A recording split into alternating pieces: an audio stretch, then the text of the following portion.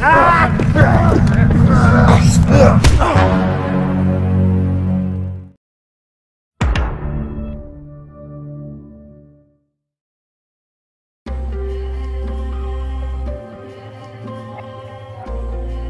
awal film, kita diperkenalkan dengan seorang pria yang bernama Pete Kozlow. Diketahui Pete adalah mantan narapidana yang pernah dipenjara selama 20 tahun. Namun karena kepiawaiannya selama di penjara, Pete dibebaskan oleh FBI dengan syarat ia harus menjadi mata-mata untuk menyelidiki para mafia narkoboy. Dan sekarang Pete ditugaskan untuk menjebak gembong mafia narkoboy terbesar yang berasal dari Polandia. Pete pun langsung mempersiapkan rencananya. Terlihat ia sedang menjahit alat penyadap di celananya yang akan ia gunakan untuk misinya. Seusai itu, Pete langsung mengajak istri dan anaknya ke tempat bersembunyi selama Pete sendiri bertugas menjalankan misinya. Di sisi lain, kita diperkenalkan dengan seorang wanita yang merupakan agen FBI. Namanya adalah Erika. Terlihat Erika sedang memberikan arahan kepada pasukannya untuk menangkap bos gembong narkoboy serta seluruh anak buahnya. Di sana, Erika juga menegaskan pada pasukannya kalau mereka jangan sampai melukai mata-matanya yang tak lain dan tak bukan itu adalah Pete. Sementara itu, Pete yang sudah membawa anak dan istrinya ke tempat persembunyian, ia pun memerintah sang istri agar tetap di sana sampai Pete menyelesaikan tugasnya. Pete juga memberikan sebuah kunci pada istrinya yang kita belum diberitahu apa kegunaan kunci tersebut. Setelah mengamankan anak dan istrinya, Pete melakukan pertemuan rahasia dengan agen Erika. Di sana, agen Erika memberikan Pete sebuah ponsel yang akan disambungkan dengan alat penyadap yang sebelumnya Pete pasang di celananya. Agen Erika juga memberikan kode darurat kepada Pete. Jika ketika menjalankan tugasnya Pete dalam bahaya, maka segeralah pergi merokok dan agen Erika akan langsung menjemputnya. Keesokan harinya, diceritakan Pete pun sudah bergabung dengan para gembong mafia narkoboy. Di sini, Pete dan keponakan bos narkoboy yang bernama Stitch bersiap mengambil paket narkoboynya yang dikirim langsung dari Polandia.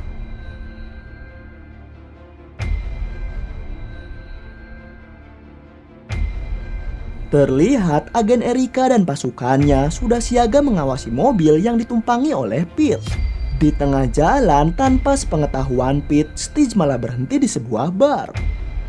Ternyata Stitch akan menemui seseorang yang akan membeli narkoboynya. Padahal rencana awal mereka tadinya akan mengantarkan paket narkoboy tersebut langsung ke bos kartelnya agar bisa langsung menangkapnya.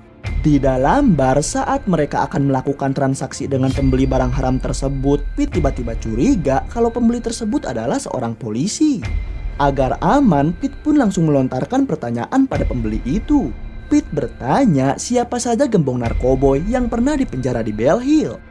Pembeli itu malah tidak bisa menjawab pertanyaannya. Dengan begitu, Pete pun semakin yakin kalau pembeli tersebut adalah seorang polisi. Pete yang tidak mau misinya berantakan, ia mencoba mengusir orang tersebut. Namun bodohnya, orang itu malah mengeluarkan senjata pistol dan mengaku kalau ia adalah detektif kepolisian. Stitch yang mengetahui itu dari belakang ia tanpa basa-basi langsung menembak orang tersebut hingga tewas.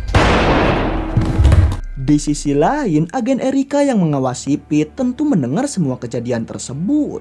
Di sini, Pete yang merasa misinya sudah berantakan, ia pun langsung memberikan kode darurat kepada agen Erika dengan memberitahu kalau ia akan merokok. You don't fucking kill cops in New York!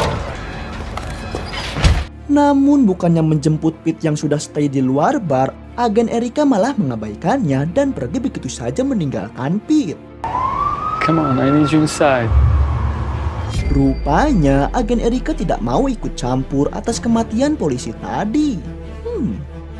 Setelah itu, Pete dan Stitch langsung menemui bos mereka di sebuah tempat dengan penjagaan yang super ketat. Dan inilah dia si bos narkoboy, namanya adalah Klimek. Di sana, setelah menceritakan semua kejadian tadi, Stitch malah dihajar oleh Klimek. Klimek sangat menyesalkan kenapa Stitch sangat berani menghabisi polisi. Karena hal itu tentu akan membuat bisnis mereka terancam. Si bos yang tak mau bisnisnya bangkrut, ia memerintah Pete untuk masuk penjara menyerahkan diri kepada polisi. Si bos berdalih kalau Stiz menghabisi polisi tersebut karena demi menyelamatkan Pete dari tembakan polisi itu. Saya si bos ngorbanin anak baru, mentang-mentang Stiz ponakannya. Dan nanti selama di penjara, si bos menyuruh Pete untuk mengatur peredaran narkoboy agar bisa diedarkan kepada seluruh pemakai. Pete berusaha menolak keinginan si bos. Namun di sini Klimek mengancam jika Pete menolak atau sampai berkhianat, maka ia akan menghabisi istri dan anak Pete. With fentanyl, we can have tens of thousands. It sends prisoners all over the state. Setelah dari situ, Pete langsung menemui anak dan istrinya yang berada di tempat persembunyian. Pete membawa keluarga kecilnya itu untuk kembali ke rumahnya. Setibanya di rumah, Pete langsung menelepon agen Erika. Ia sangat kecewa kenapa kalian meninggalkannya begitu saja. Namun, di sini agen Erika malah balik marah karena dia juga kecewa kenapa Pete tidak langsung mengarahkan Stiz menemui bosnya agar mereka bisa langsung menangkapnya, bukan malah menghabisi polisi yang akan membuat misi ini menjadi rumit. Are you... Di malam harinya, si polisi yang tadi siang dihabisi oleh Stiz kini sudah ditemukan di dekat pembuangan sampah. Kasus kematian ini pun langsung ditangani oleh kepala detektif kepolisian yang bernama Edward. Diketahui polisi yang tewas itu adalah anak buah Edward. Tak terima anak buahnya tewas, esok harinya Edward langsung menyelidiki kasus tersebut. Ia mendatangi TKP dan memeriksa semua CCTV yang ada di sana. Hingga kemudian Edward pun menemukan rekaman Pete yang pada saat itu keluar dari bar untuk merokok. Dengan begitu, Edward langsung menyangka kalau Pete adalah orang yang sudah menghabisi anak buahnya. Sementara itu, Pete kembali melakukan pertemuan rahasia dengan agen Erika beserta atasannya. Atasannya ini bernama Pedro. Mereka menyuruh Pete agar mengikuti keinginan Klimek untuk masuk penjara. Karena dengan begitu, nantinya Pete akan mendapat tugas baru untuk mengumpulkan daftar orang-orang yang terlibat dengan Klimek. Jadi, mereka bisa dengan mudah menangkap Klimek beserta komplotannya. Dan bila sudah berhasil mendapatkan nama-nama orang yang terlibat dengan Klimek, maka Pete akan langsung dibebaskan. Pete sedikit kecewa kenapa ia harus bertugas di penjara. Padahal ia ingin mempunyai banyak waktu bersama keluarga kecilnya setelah di penjara bertahun-tahun sebelumnya. Di dalam mobil saat akan pulang, Pete mempunyai permintaan pada agen Erika. Yang pertama, jika Pete di penjara nanti, ia ingin ditempatkan sebagai tukang bersih-bersih di bagian atap. Dan yang kedua, ia meminta dikirimkan paket bunga yang berisikan narkoboy kepada kepala sipir agar ia bisa disegani. Sayangnya, agen Erika tidak menuruti permintaan Pete yang kedua karena FBI tidak mau ketahuan oleh penegak hukum kalau mereka terlibat dalam pengedaran di penjara. Di rumah, Pete membuka rekaman suaranya yang ternyata selama ini ia selalu merekam percakapan dirinya bersama FBI. Pete melakukan itu untuk berjaga-jaga jika sewaktu-waktu FBI mengkhianatinya, maka Pete punya bukti untuk menjatuhkan FBI. Karena pada dasarnya FBI telah menyalahi aturan hukum dengan membiarkan Pete untuk mengedarkan narkoboy dalam penjara. Di sisi lain, detektif Edward telah mendapatkan identitas Pete. Edward menemukan fakta bahwa Pete rupanya adalah mantan tentara yang pernah masuk penjara karena telah salah memangsa musuh. Di esok harinya, Pete didatangi oleh anak buah Klimek. Pete diberi barang haram oleh mereka untuk nanti diselundupkan di dalam penjara. Setelah mereka pergi, di sini istrinya dan Pete bersandiwara seolah-olah Pete melakukan KDRT pada istrinya. Hal itu dilakukan agar Pete bisa langsung ditangkap oleh polisi dengan dakwaan yang tidak terlalu berat.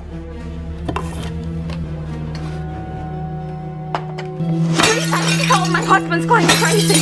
He wants to kill me. Please send someone fast. Please send someone fast. Right now, ma'am. Saat polisi berdatangan untuk menangkap Pete, ternyata detektif Edward sudah ada di sana, diam-diam mengawasi Pete. Are you affiliated? Yes. Last term he became a courier on Singkat behalf of cerita, Pete pun akhirnya dijebloskan ke penjara Bell Hill, tempat berkumpulnya para mafia kelas kakap dari berbagai negara. Di sana, Pete langsung disambut baik oleh ketua geng yang ternyata itu adalah komplotan Klimek. Esok harinya, detektif Edward mendatangi kantor FBI. Edward memberikan beberapa bukti foto yang terdapat mobil FBI dan juga wajah agen Erika ketika di TKP. Edward menduga kalau para FBI pasti telah terlibat dengan kematian anak buahnya. Agen Erika yang melihat bukti itu, ia hanya bisa terdiam karena ia tersadar kebusukannya pasti tak lama lagi akan terbongkar. Di sisi lain, Pete pun berkumpul dengan komplotan Klimek untuk mengedarkan narkoboynya.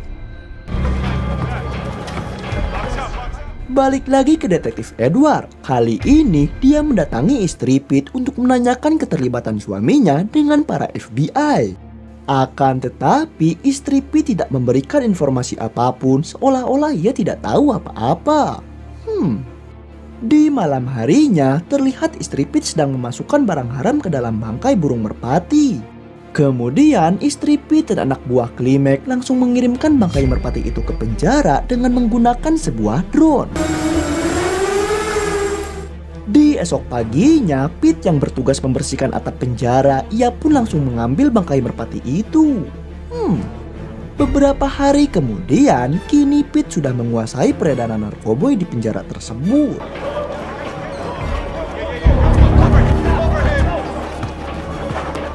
Hingga suatu ketika ia kedatangan napi suruhan Edward yang membawa telepon dari Edward. Di dalam telepon, Edward menanyakan perihal kematian anak buahnya. Tapi Pete yang tidak mau omongannya terdengar oleh siapapun, ia memilih bungkam. Dengan begitu, Edward mengancam kalau Pete kini sedang dalam situasi bahaya. Setelah itu, salah satu sipir korup membawa Pete ke dalam gereja. Ternyata Pete sudah ditunggu oleh geng kulit hitam.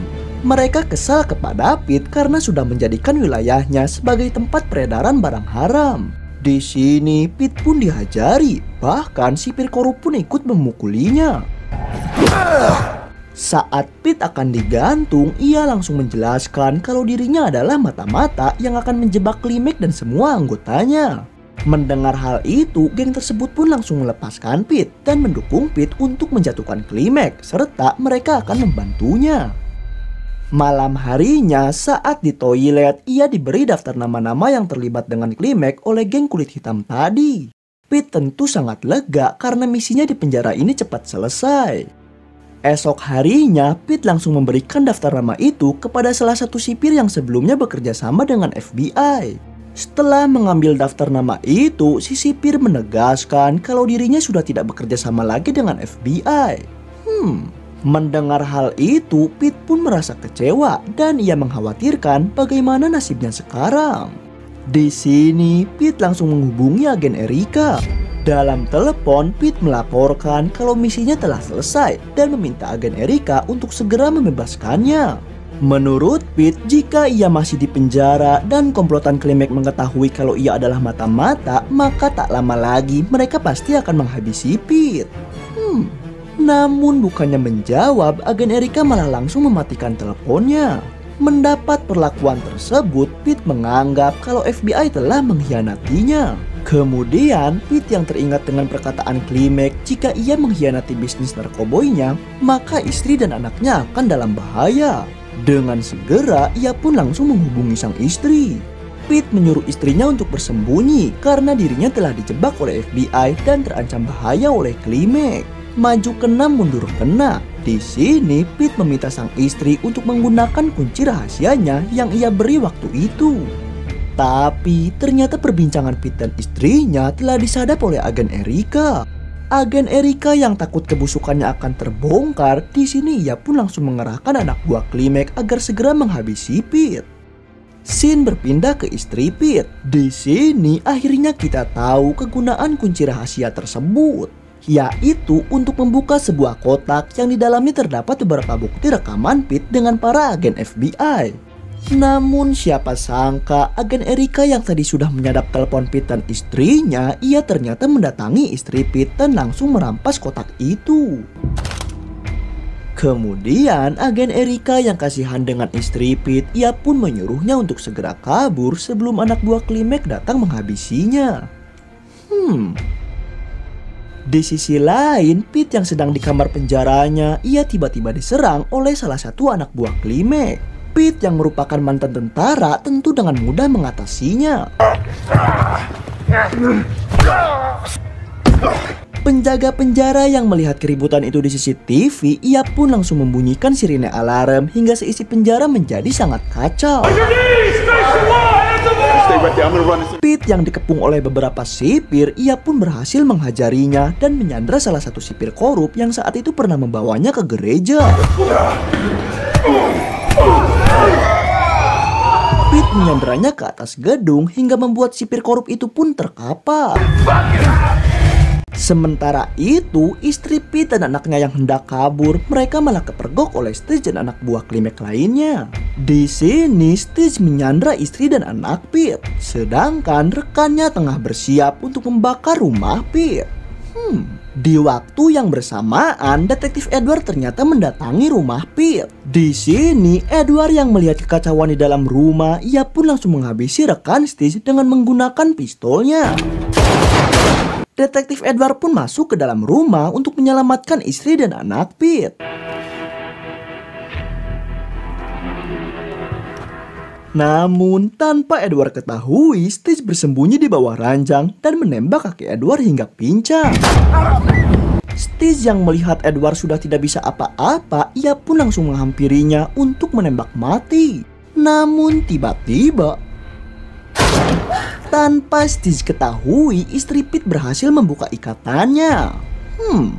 Beralih ke penjara, terlihat Pete pun sedang beraksi agar ia bisa melarikan diri. Saat Pete memindahkan tabung gas ke dekat jendela, terlihat para aparat pun sudah bersiap dengan formasinya. Di sana, salah satu sipir mendekati Pete untuk melakukan negosiasi agar Pete tidak menyakiti sipir sandraannya. Pete meminta ponsel untuk menghubungi istrinya. Istri Pete pun dihubungi, namun saat itu sang istri sedang dibawa ke rumah sakit untuk mendapatkan perawatan. Sedangkan anaknya baik-baik saja dan sudah mendapat kawalan dari para polisi suruhan detektif Edward. Setelah itu, Pete yang tak kehabisan akal, ia pun diam-diam menukar bajunya dengan seragam sipir sandraannya. Saat Pete akan menggendong sipir itu untuk membangunkannya, si sipir malah tiba-tiba mencekik Pete. Namun para sniper yang melihat itu di jendela menyangka kalau orang yang sedang mencekik adalah Pete. Sontak mereka pun langsung menembaknya, dan tembakan itu juga mengenai tabung gas yang tadi sudah Pete geserkan di dekat jendela.